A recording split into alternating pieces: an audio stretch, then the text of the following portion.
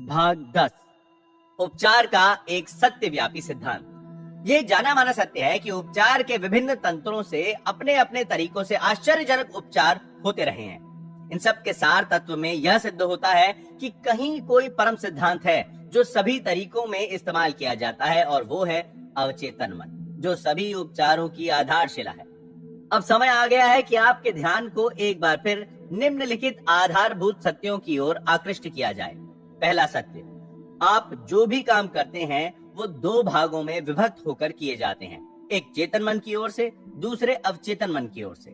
दूसरा सत्य, आपके अवचेतन मन का रुझान हमेशा सुझाव की शक्ति के प्रति होता है। इसके अतिरिक्त आपके अवचेतन मन का आपके शरीर के कार्यों, दशाओं और संभावनाओं पर पूरा नियंत्रण होता है। मैं अब विश्वास के साथ कह सकता हूं कि इस पुस्तक के पाठक इस सच्चाई को भली भांति जान चुके हैं कि सभी प्रकार की बीमारियों के लक्षणों को मानसिक तंद्रा में दिए गए सुझावों के जरिए प्रभावित किया जा सकता है। उदाहरण के लिए, मानसिक तंद्रा में रोगी का तापमान बढ़ जाता है, उसका मुंह लाल हो सकता है, या सर्दी से उसके शरीर में कपकपी हो सकती है, यदि उसे उसी प्रकार के सुझाव दिए जाएं।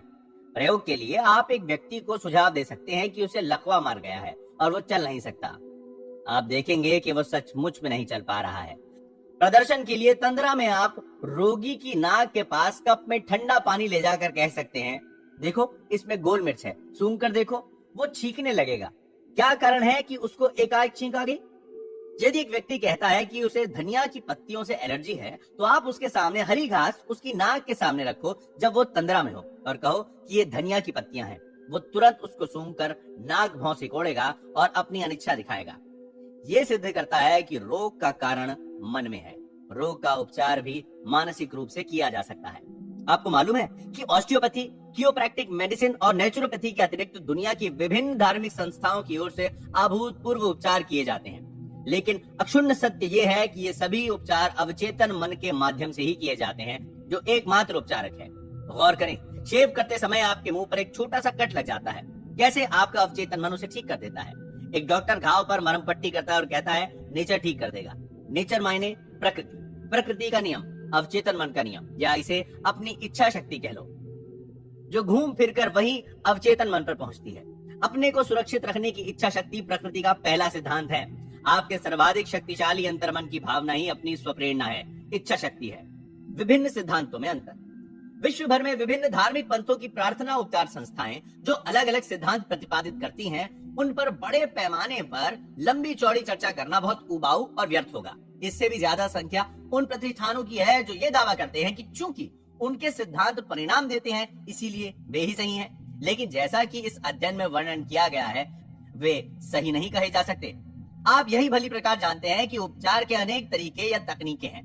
प्रसिद्ध ऑस्ट्रियन फिजिशियन फ्रेंच एंटन मेस्बर, जो पेरिस में प्रैक्टिस करते थे, ने खोज की कि वे रोगी के शरीर में मैग्नेट का प्रयोग करके चमत्कारी उपचार कर सकते हैं। उन्होंने उपचार करने के लिए अनेक प्रकार के शीशे और धातुओं का प्रयोग किया। बाद में चलकर उन्होंने इस तकनीक को बदलकर दावा किया कि उनके उपचार पशु जनित मैग्नेटिज्म से हो रहे थे, और कहा कि ये तत्व उपचार के माध्यम से सीधे रोगी में जा रहे थे। उसके बाद उनका उपचार माध्यम हिप्नोटिज्म हो गया, जिसे उस जमाने में सम्मोहन के नाम से जाना जाता था। दूसरे डॉक्टरों ने कहा कि उनके तमाम उपचार और कुछ नहीं, केवल सुझाव प्रक्रिया हैं। ये सभी समूह, जिनमें मनोचिकित्सक, मनोवैज्ञानिक, कीरोप्रैक्टर्स, फिजिशियंस तथा सभी चर्चारी, केवल एक सार्वभौमिक शक्ति केंद्र हैं जो मनुष्य के अवचेतन मन में वास करते हैं। उपचार की सभी प्रक्रियाएं निश्चित सकारात्मक मानसिक या आंतरिक व्यवहार अथवा विचार हैं, जिसे आस्था कहा जाता है। उपचार का केंद्र बिंदु विश्वस्त आशा है, जो शक्तिशाली सुझाव का रूप धारण कर तथा अवचेतन मन को प्रभावित कर उपचार शक्ति का निर्गम करवाती है। उपचार के लिए कोई अलग से शक्ति का प्रयोग नहीं किया जाता। ये सही है कि उपचार करने की प्रक्रिया अलग हो सकती है, किंतु उपचार शक्ति केवल आपका अवचेतन मन है। आप चाहे कोई सिद्धांत या प्रक्रिया चुन लें, किंतु ये जान लें कि आपकी उस पर आस्था है तो आप रोग मुक्त हो जाएंगे। प्रसिद्ध स्विस अल्केमिस्ट तथा फिजिशियन, जो सन 1493 से लेकर 1541 तक जीवित रहे, अपने समय के प्रमुख उपचारक थे। उन्होंने जो कहा था वो आज एक वैज्ञानिक सत्य माना जाता है। उन्होंने कहा था, मानव विश्वास की वस्तु वास्तविक हो या काल्पनिक, आपको परिणाम एक जैसा ही मिलेगा। जैसे यदि मेरा विश्वास सेंट पीटर की प्रतिमा पर वैसा ही है जैसा स्वयं सेंट पीटर पर होना चाहिए, तो मुझे वही परिणाम मिलेगा जैसा मुझे सेंट पीटर पर विश्वास करने पर मिलता। लेकिन यह अंधविश्वास है। आस्था चाहे जो हो चमत्कार करती है, और चाहे सच हो या झूठ वो हमेशा वही चमत्कार करेगी। पार्सेल्स की विचारधारा का समर्थन 16वीं शताब्दी में इटालियन दार्शनिक पेट्रो पोम्पोनाजी ने भी किया, जिसने कहा कि विश्वास और कल्पना मिलकर जो अभूतपूर्व परिणाम दिलाते हैं, उनकी कल्पना हम बहुत ही सजग रूप से कर सकते हैं, विशेष रूप से उस समय जबकि रोगी और उपचारक दोनों के बीच उन गुणों के आदान प्रदान का एक सेतु बन जाता है। किसी स्मृति चिन्ह या अवशेष के प्रभाव से उपचार की घटनाएं होती हैं। दरअसल इस पृष्ठभूमि में भी कल्पना और विश्वास होता है। नीम हकीम व डॉक्टरों से लेकर मनोवैज्ञानिक तक सब जानते हैं कि यदि संत की हड्डियों के स्थान पर कोई भी कंकाल रख दिया जाए और अगर रोगी को उस पर आस्था है तो उसे वही परिणाम मिलेंगे जो संत से मिलते हैं। इस प्रकार यदि आपको विश्वास है कि आपका उपचार संत की हड्डियों से होगा या आप किसी पवित्र जल की उपचार शक्तियों पर विश्वास रखते हैं तो आपको परिणाम मिलेगा, क्योंकि आपके अवचेतन मन को शक्तिशाली सुझाव दिया गया है। उपचार का केंद्र बिंदु अवचेतन मन ही है। बर्नहेम के प्रयोग। फ्रांस के मेडिसिन के प्रोफेसर हिलोलाइट बर्नहेम ने इस सिद्धांत को विस्तार से समझाते हुए कहा कि डॉक्टर रोगी को जो सुझाव देता है वो अवचेतन मन के माध्यम से देता है। बर्नहेम अपनी पुस्तक सजेस्टिव थेराप्यूटिक्स के पृष्ठ संख्या 197 में एक व्यक्ति की चर्चा करते हैं जिसकी जीभ में लकवा मर गया था और सभी प्रकार के चिकित्सकीय उपचार व्यर्थ हो गए थे।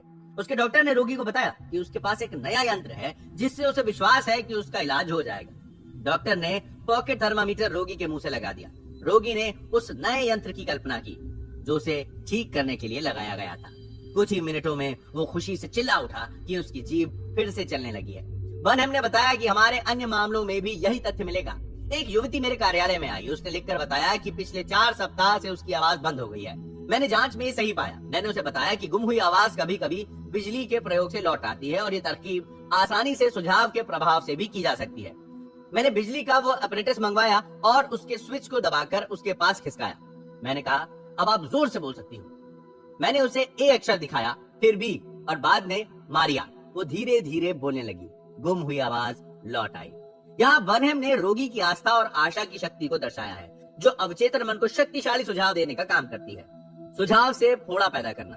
बर्नहेम ने कहा कि उसने एक रोगी के गले के पीछे एक डाक टिकट लगाकर उसे ये सुझाव दिया कि उसके गले के पीछे एक फोड़ा पैदा हो गया है। रोगी सच में समझने लगा कि फोड़ा हो गया है। डॉक्टरों के अनेक सुझावों से साबित हो चुका है और इसमें कोई शक या शुबा नहीं है कि रोगी को जबानी सुझावों से उसमें रचनात्मक परिवर्तन किया जा सकता है। रक्तिम अंकन का कारण। मनोवैज्ञानिक हडसन अपनी पुस्तक लॉ ऑफ साइकिक फिनोमिना के पृष्ठ 153 पर लिखते हैं कि किन्हीं रोगियों में रक्तस्राव और रक्तिम अंकन भी सुझावों की मदद से किया जा सकता है। डॉक्टर एम बोरू ने अपने एक रोगी को सम्मोहन की दशा में ले जाकर निम्न सुझाव दिए। आज शाम को 4 बजे सम्मोहन क्रिया के पश्चात आप मेरे कार्यालय में आओगे। कुर्सी पर बैठोगे, अपने दोनों बाजुओं को सीने पर रखोगे और आपकी नाक से खून निकलने लगेगा। निर्देशित समय पर रोगी ने वही किया जो कहा गया था। रक्त की बूंदें उसकी नाक से गिरी। एक अन्य दृष्टांत में उसी डॉक्टर ने एक रोगी के दोनों भुजाओं में बिना धार वाले एक यंत्र से उसका नाम लिख दिया। बाद में वो रोगी जब सम्मोहन निद्रा में था तो डॉक्टर ने कहा, आज शाम 4 बजे आप सोने जाओगे और आपकी बाजुओं में उन लाइनों में रक्त उभरने लगेगा जो मैंने तुम्हारी बाजुओं में बनाई है और आपका नाम दिखने लगेगा। 4 बजे उस पर नजर रखी गई। वो नींद में सो गया। उसके दाएं बाजू में रक्त था और उसमें उसका नाम चमकने लगा और 2 एक जगह रक्त भी निकल आया। नाम के अक्षर कई महीने तक बाजू पर दिखाई देते रहे। ये तथ्य 2 बुनियादी विचारों के सत्य को प्रतिष्ठित करता है जिनकी चर्चा पहले भी की जा चुकी है। पहला, अवचेतन मन का रुझान सदैव सुझावों की शक्तियों के प्रति होता है और दूसरा, अवचेतन मन का पूरा नियंत्रण शरीर के सभी कार्यों, संवेदनाओं और दशाओं एवं परिस्थितियों पर होता है। सभी प्रदर्शित उदाहरणों में जो भी नाटकीय घटनाएं वर्णित की गई हैं, उनका प्रमुख कारण सुझाव रहा है और यही सार तत्व भी है कि जैसा मनुष्य हृदय में सोचता है वैसा ही वो है। उपचार बिंदुओं का पुनरावलोकन। अपने को बराबर याद दिलाते रहें कि उपचार शक्ति आपके अपने अवचेतन मन में मौजूद है। ये जान लें कि आस्था जीवन में बोया जाने वाला एक बीज है। जैसा बीज डालोगे उसका फल वैसा ही होगा।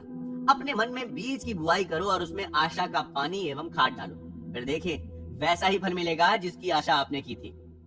आपके मन में पुस्तक के लिए जो विचार है, जो नया आविष्कार है या नाटक है, वो आपके मन का सच है। अपनी विचार योजना या आविष्कार की वास्तविकता पर विश्वास करो। जैसे ही विश्वास करोगे वो आपका हो जाएगा। दूसरे के लिए प्रार्थना करते समय ये जान ले कि आपके अंदर के मन की संपूर्णता, सौंदर्य और सही रूप देने की क्षमता दूसरे व्यक्ति के अवचेतन मन के नकारात्मक विचारों को बदलकर अभूतपूर्व परिणाम दे सकती है। विभिन्न धार्मिक स्थलों के चमत्कारी उपचारों के बारे में जो आपने सुना है वो काल्पनिक और अंधविश्वासों के कारण हुए हैं, जो अवचेतन मन के कहने पर उपचार शक्ति को निर्गित करता है। सभी रोगों का उद्गम मन से होता है। शरीर पर रोग का प्रभाव तब तक नहीं होता जब तक मन में उसके लिए हरी झंडी नहीं मिल जाती। सम्मोहन के सुझावों से आपके शरीर में किसी भी रोग के लक्षण पैदा किए जा सकते हैं। ये सिद्ध करता है कि आपके विचार कितने शक्तिशाली हैं। उपचार का केवल एक तरीका है और वो है आस्था। उपचार शक्ति केवल एक है और वो आपका अवचेतन मन है। आपके लक्ष्य की आस्था वास्तविक हो या नकली, आपको परिणाम मिलेंगे। आपका अवचेतन मन आपके मन के विचारों को प्रकट करता है। अपनी आस्था को अपने मन का विचार समझें और बस इतना ही पर्याप्त है।